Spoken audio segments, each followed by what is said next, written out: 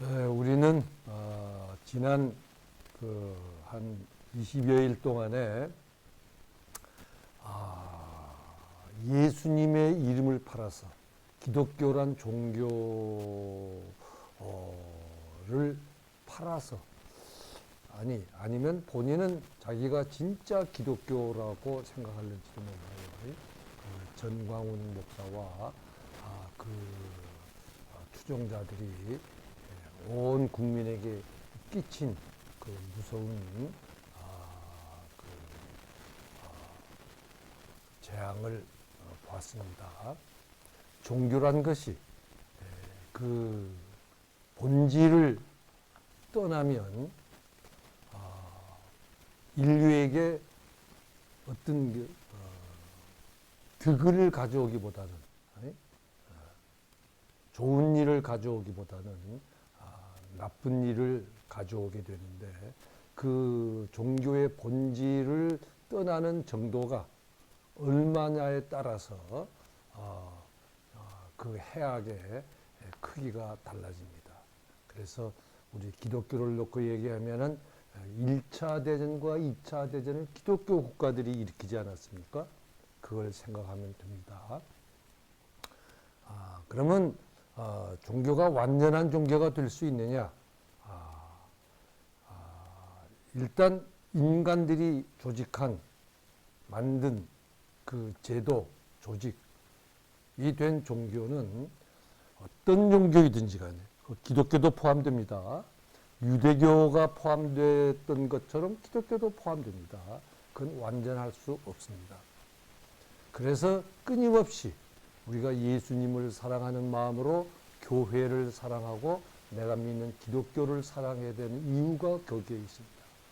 교회가 완전하게 될 수 있다면, 기독교란 종교가 그 캐톨릭이든지 개신교든지 법황을 중심으로 한 추기경들이 있고, 또 추기경 밑에 신부들의 조직이 있고, 전 세계적으로 통일된 조직을 가지고 있든지, 아니면 개신교처럼 총회장을 중심으로 해서 그 밑에 노회장이 있고 뭐 있고 해서 일단 조직으로 되어 있든지, 그 조직으로 된 종교는 불완전하게 되어 있습니다.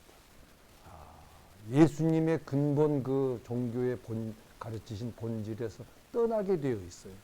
유대교가 그 좋은 토라라고 하는 모세 오경과 그 피로 쓴 예언자들의 그 예언서를 가지고 있음에도 불구하고 그 예루살렘을 중심으로 한 조직이 된, 제도가 된 종교는 예수님을 십자가에 처형하는 역할의 주역을 했습니다. 마찬가지입니다. 그래서 그 종교의 본질은 뭐냐? 본질은 이 세상에 평화를 가져오는 겁니다. 전쟁과 기근과 박해와 서로 죽이고 살리고, 그 다음에 인정사정 볼 것 없이 경쟁으로 치닫고 있는 자본주의, 비록 자본주의 시대가 되어서 그런 건 아닙니다. 그 전부터 그러했습니다. 알겠어요? 이런 세상을 평화로운 세상, 또는 이 세상에 평화를 가져오는 겁니다. 이 세상에 평화를 가져오는 것, 이 전쟁과 기근과 박해와 분쟁과 착취와 억압과 경쟁으로 가득 찼다는 말보다는 그것들로 인해서 굴러가는 이 세상을 정의와 사랑으로 굴러가는 세상으로 만드는 것, 그것이 구원입니다.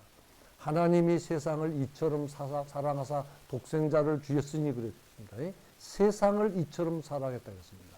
그 세상은 전쟁과 박해와 경쟁으로 가득 찬 그것으로 굴러가는 세상, 거기에서 승리하는 사람들이 지배하고, 거기에서 승리하는 집단은 부와 명예와 권력을 누리고 살 수 있게 되어 있는 그 세상을 사랑하사, 그 세상을 사랑하사 구원하시려고 독생자를 줬는데, 그 구원을 마태복음에서는 평화를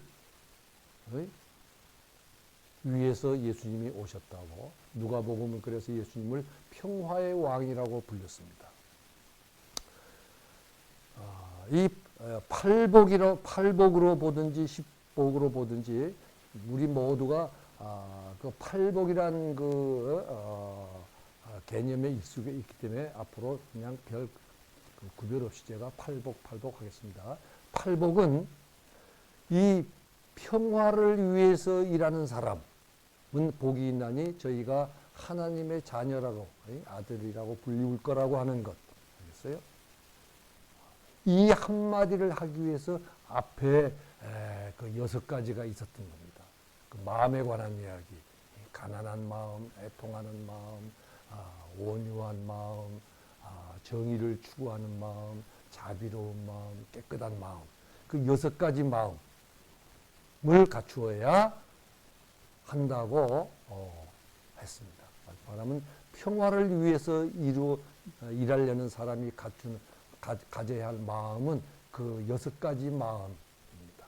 6가지 마음은 제가 여러 번 말씀드렸지만 각기 다른 종류의 마음이 아니라 인간은 우리 그것을 성정이라고 하든지 개성이라고 하든지 제일 평범한 말로 성격이라고 하는 것이 제일 좋을 것 같아요. 다 그 심리학자들 가운데 주장하는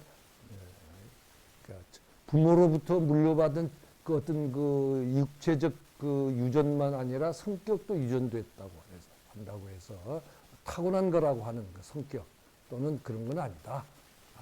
그 아주 어릴 때부터 그 자기를 키워준 부모와 가장 가까운 사람들로부터 받은 영향 때문에 성격이 형성된다 그러는데 어떻든지 간에 우리가 보통 성격이라고 부르는 인격이 아닌 성격이라고 부르는 것이 각기 다릅니다.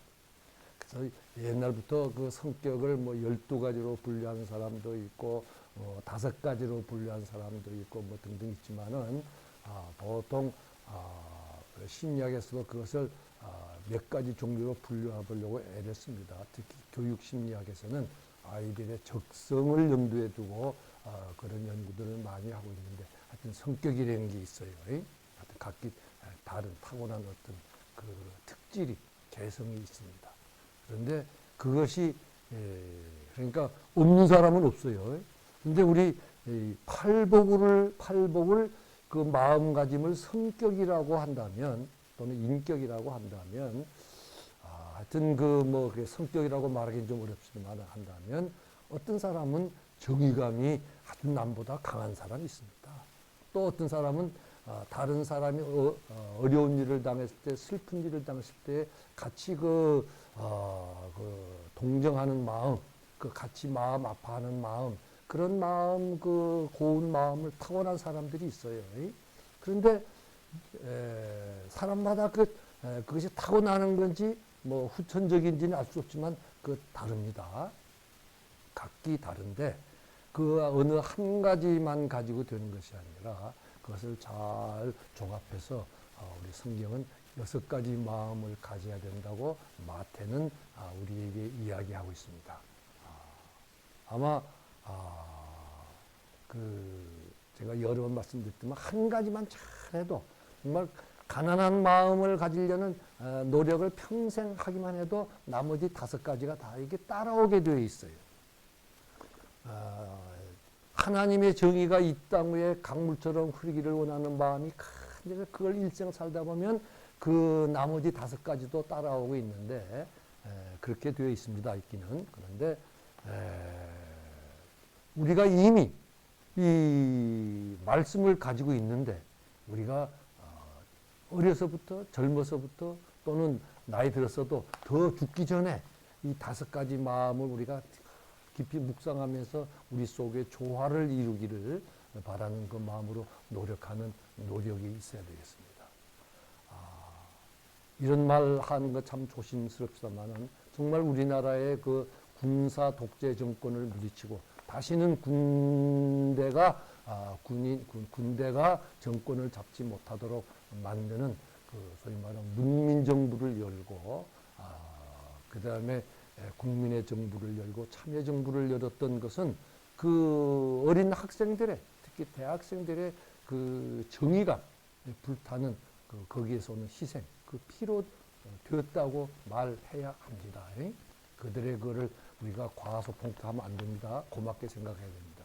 그런데 그 학생운동이라고 우리가 주로 부르는데 하여튼 그 민주화 운동이 이 6가지 마음을 고루 갖춘 데서 출발했더라면 좋았을 텐데 인간 세상은 그럴 수가 없어요. 그때는 정의감이 강한 사람이 나타나서 피를 흘리는 수밖에 없던 시대입니다. 그래서 그걸 절대 내가 비난하는 거 아니에요. 그런데 예수님과 같은 마음으로 그 학생들이 전부 다 했더라고요. 그건 있을 수 없는 일이지만 가정한다면 그런 마음을 가진 사람들이 주류가 돼가지고 했더라면 지금보다는 훨씬 더 성숙된 우리가 민주사회를 건설했을 겁니다. 그러니까 우리가 그 학생들이 흘린 피를 우리가 값지게 하려면 그것을 헛되이 하지 않으려면 우리 예수를 믿는 우리가 이 6가지 마음으로 평화를 일으키려는 사람이 되어야 합니다. 그러니까 이 한마디를 하기 위해서 쭉 얘기를 했어요. 그리고 이제 우리 다음에 공부하겠지만은 그런 평화를 위해서 일하는 사람을 기다리고 있는 이 세상은 어떤 세상이냐? 그들이 앞으로 만날 그것은 어떤 걸 핍박, 박해, 조롱, 모욕이라고 하는 얘기가 이제 나옵니다. 의를 위하여. 여기서 이제 그 예수님이 세상에 오신 목적이 분명해져요. 내가 이 세상을 구원하러 왔다. 그 말은 이 세상을 죄에서 구원하러 왔다는 말은 이 세상에 평화를 가지러 왔다. 평화로운 세상을 만들려고 왔다. 내가 이제 십자가로 만들 것이다. 너희도 나의 뒤를 따라서 그렇게 평화를 만드는 사람이 돼야 된다. 그러려면 너희가 앞에 말한 그 6가지 마음을 품는 데 노력해야 된다. 그 마음 가지고 해야 된다. 단순한 애국심, 그다음에 어떤 민족주의적 그 애국심, 뭐 그런 거 가지고 해서는 안 된다. 이 마음 가지고 해야 된다 하는 거예요. 우리 거고 교회의 교우들이 지금까지 공부한 것만 가지고도 충분합니다. 그래서 우리가 평화를 위해서 일하는데 이 마음이 중요합니다. 그래서 마음에 관한 공부를 여러분들이 하시길 바라는데 제가 책을 소개한다면 성철 스님이 쓰신 그 마음의 거울을 부수고 오라고 하는 책이 있는데 좀 어려워요. 그리고 우리에게 실용적이지는 좀 못합니다. 그래서 저는 이현주 목사님이 쓴 공자의 그 중용이라는 책이 있습니다. 그 이현주 목사님이 아주 쉽게 정말 고등학교 교육만 받았어도 아니 중학교 교육만 받았어도 하여튼 이해할 수 있게 아주 쉽게 쓰셨어요. 여러분들이 그 이현주 목사님의 중용이라는 책을 구해놓고 읽고 또 읽고 읽으면서 마음 공부를 여러분들이 하시기를 바랍니다. 언제부터인가 뭐 마음 공부한다는 사람들이 많아요. 그것도 돈 받고 쉽게 공짜는 안 시켜줘요. 그런데 제가 이런 사람도 만나보고 저런 사람도 만나보고 했는데 이현주 목사님의 중용만 못합니다.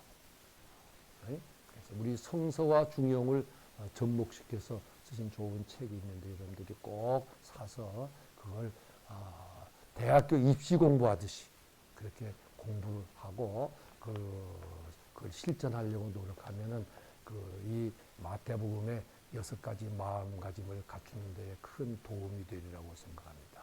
그래서 우리 거고교회 교우 여러분들 이 노력이 우리의 신앙생활의 핵심이 되기를 예수님의 이름으로 기원합니다.